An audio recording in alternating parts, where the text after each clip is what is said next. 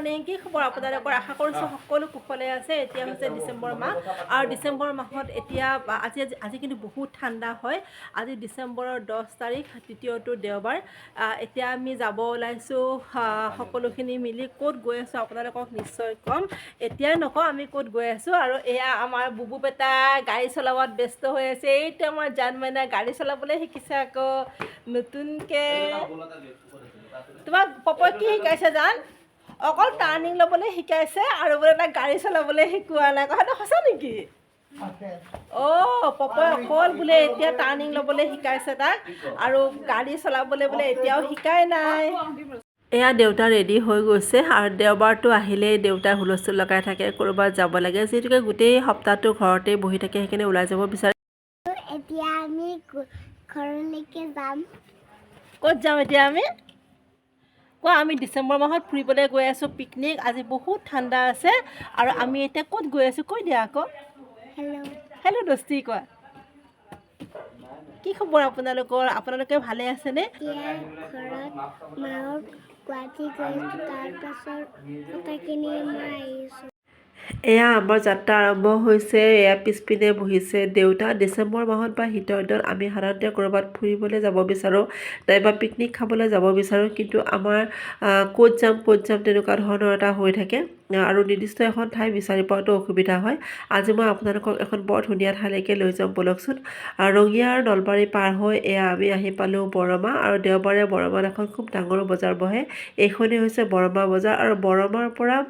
সোঁফালেৰে আমি সোমাই আহিলোঁ মুছলপুৰৰ পিনে যোৱা এই পথটোৰে আৰু এয়া পথৰ দুই কাষে সোণালী ধানেৰে উপচি পৰিছে পথাৰ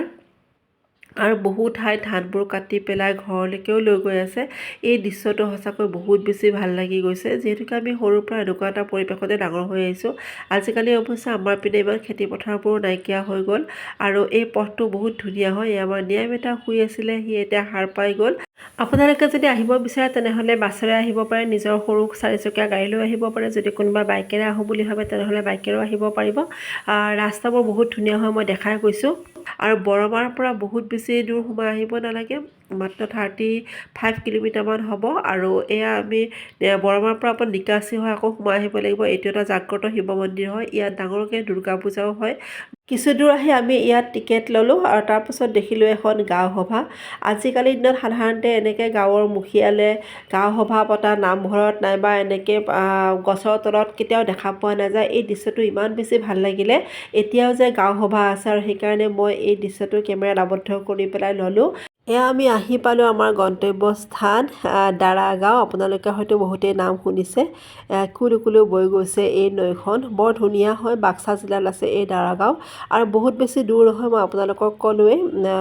আপোনাৰ বৰমাৰ পৰা 35 কিলোমিটাৰমান হয় এই গোটেই পৰিৱেশটো মই এবাৰ আপোনালোকক দেখাব খুজিছোঁ ইয়াত বিভিন্ন ধৰণৰ দোকান পোহৰবোৰো দেখিবলৈ পোৱা যায় ইয়াত আপোনালোকে নিজে বনাই খাব পাৰিব নাইবা ঘৰতে বনাই আনি ইয়াতে খাব পাৰিব আৰু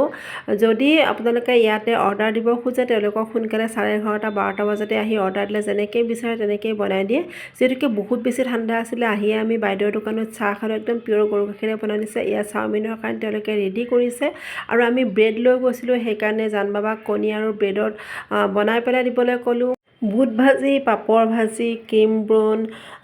আৰু লগতে পোৰা মাংসৰ জুতিও ল'লোঁ যিহেতুকে পিকনিকত আহিলে এনেধৰণৰ খোৱাবোৰ হয়েই আৰু এয়া দুপৰীয়া ভাগত যথেষ্ট গৰম পৰিছিলে সেইকাৰণে জান বাবা কাপোৰটো অকণমান সলাই পেলাই আমি এতিয়া পানীলৈকে গৈ আছোঁ